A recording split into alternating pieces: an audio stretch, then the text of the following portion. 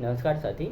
जैसा कि पहला वीडियो में आपको PSIR ऑप्शनल का सिलेबस यानी पाठ्यक्रम आपको दिख जाएगा। उस पाठ्यक्रम में आपने देखा था कि हम राजनीतिक सिद्धांत को राजनीतिक शास्त्र को यानी राजनीतिक सिद्धांत के उपागम को हम पहले पार्ट के सेक्शन ए में पढ़ेंगे और इस पे चर्चाएँ हुई थी कि हम जिस तरीके से सिलेबस में आपके सारे टॉपिक जो है सीरियल वाइज आगे बढ़ रहे हैं, क्रमवार तरीके से आगे बढ़ रहे हैं, उसी तरीके से हम चलेंगे ताकि आपको PSIR ऑप्शनल में किसी तरह की प्रॉब्लम फेस न करना पड़े। तो राजनीतिक सिद्धांत के उपागम में हम जब पढ़ेंगे तो सबसे पहले हम परंपरागत उपागम को पढ़ेंगे। तो राजनीतिक सिद्धांत यानी पॉलिटिकल जो थ्योरीज हैं उसके मीनिंग्स एंड अप्रोचेज को हम अगर देखेंगे, उसके अर्थ क्या हैं और उसके आयाम क्या क्या हो सकते हैं, तो परंपरागत उपागम सबसे पहले देखेंगे। परंपरागत उपागम 4 तरीके के मूल रूप से होंगे।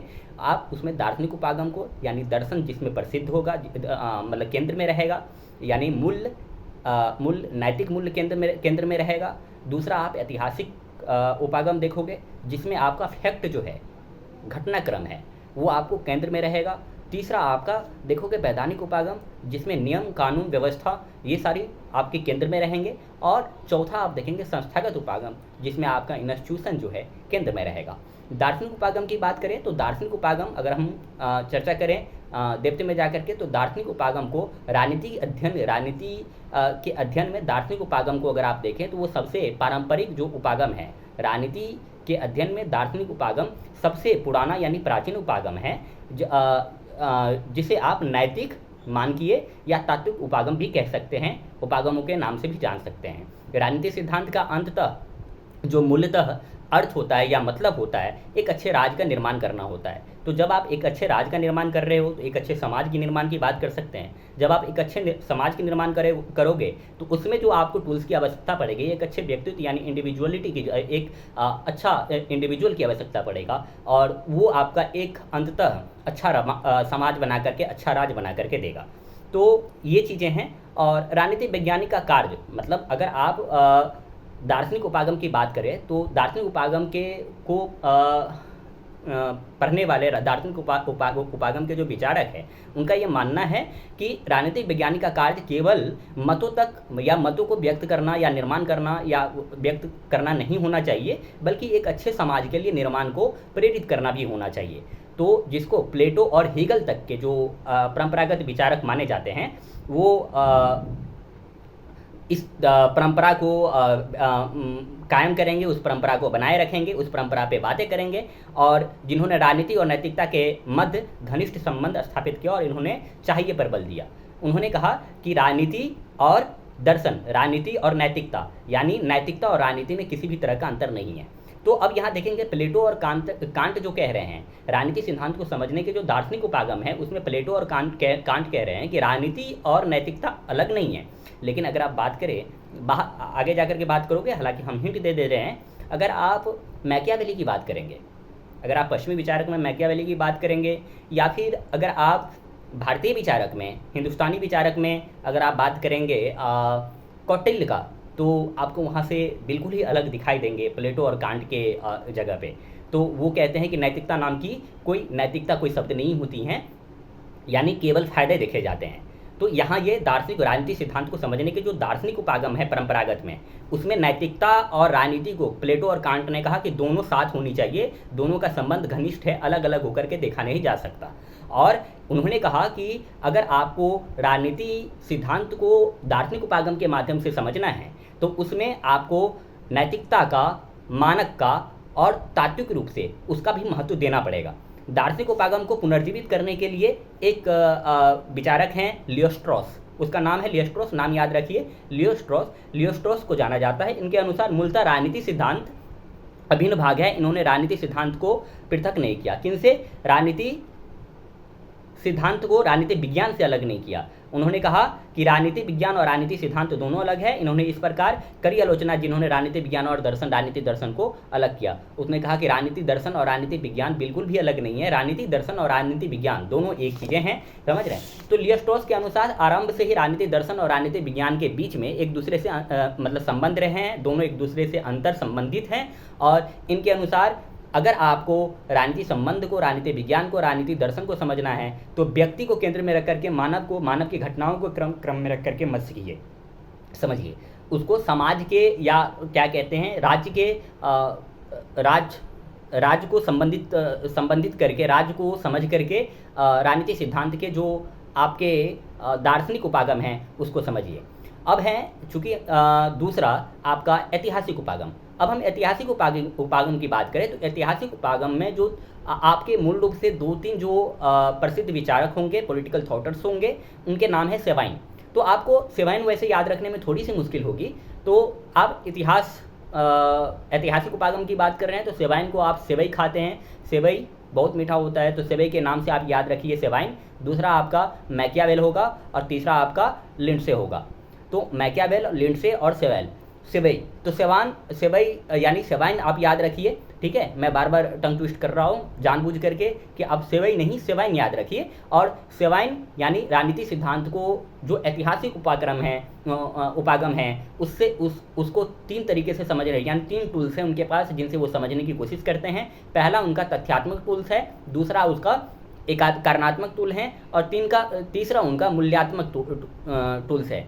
तो तथ्य क्या है, उनके कारण क्या रहे होंगे या क्या कारण है, और उनके मूल्य क्या निकलते हैं, अर्थ क्या निकलते हैं। ये 3 तरह के उन्होंने टूल्स लेकर के ऐतिहासिक उपागम के माध्यम से उन्होंने राजनीतिक सिद्धांत को समझने की कोशिश करा। तो आप देख सकते हैं कि जो सेवाइन है, सेवाइन के अनुसार यानी ऐतिहासिक उपागमों के अनुसार समूचे राजनीतिक सिद्धांत में ऐतिहासिक रूप से न 2 घटनाओं का बहुत ज़्यादा महत्व है। 2 घटनाएं कौन कौन सी हैं? 3री या 4थी शताब्दी की अगर आप मध्य में कहें तो ईसा पूर्व 3री-4थी शताब्दी ईसा पूर्व के मध्य में जब प्लेटो और अरस्तु ने अपना विचार प्रकट किया, तो आप वो समय देखिए जब प्लेटो और अरस्तु जब अपने विचार प्रकट कर रहे हैं तो एथेंस और स्पार्टा का उस समय का माहौल देखिए। जब आप एथेंस और स्पार्टा की बात करते हैं, किस तरीके से सोफिस्ट जो है सुकरात से क्वेश्चन कर रहे हैं, सुकरात को किस तरीके से वो परेशान कर रहे हैं, तो सुकरात की बात उनकी पच नहीं रही है। तो किस तरह का निरंकुशवादी शासन व्यवस्था पूरी तरीके से हावी है, समझ रहे हैं। तो ये जो है ये पहले तो ये 3री-4थी ईसा पूर्व के आप प्लेटो और अरस्तु के जो विचार हैं उसकी बात को देखें। और दूसरी अगर आप बात करें इंग्लैंड के जो 1600 से लेकर के 1700 के बीच में मध्य में जो आपका कालानुक्रम है उसमें जो हॉब्स और लॉक के जो विचार है, राजनीतिक सिद्धांत है, उन चीज़ को समझे। तो ये जो है आपके टूल्स के रूप में, ये ऐतिहासिक उपाक्रम के आपके कारणात्मक तथ्यात्मक टूल्स के रूप में हैं। सेवाइन के अनुसार अगर आप देखें तो सेवाइन कहते हैं कि राजनीतिक सिद्धांत का उद्देश्य क्या होना चाहिए। तो राजनीतिक सिद्धांत जो है, राजनीतिक सिद्धांत का उद्देश्य क्या है? अमूर्त विचारों का निर्माण करना, है ना। मतलब राजनीतिक सिद्धांत के उद्देश्य जो है सेवाइन के अनुसार ये दोहरा है। पहला तो अमूर्त विचारों का निर्माण करना और दूसरा ऐतिहासिक परिस्थितियों को प्रभावित करना। मतलब जो इतिहास में हुए उसे अमूर्त आप बात करके उसको चेंज करने की कोशिश कर रहे हो, और दूसरे आप अमूर्त बातें कर रहे हो जिसका ना सिर है ना पैर है। ये सेवाइन कर रहे हैं।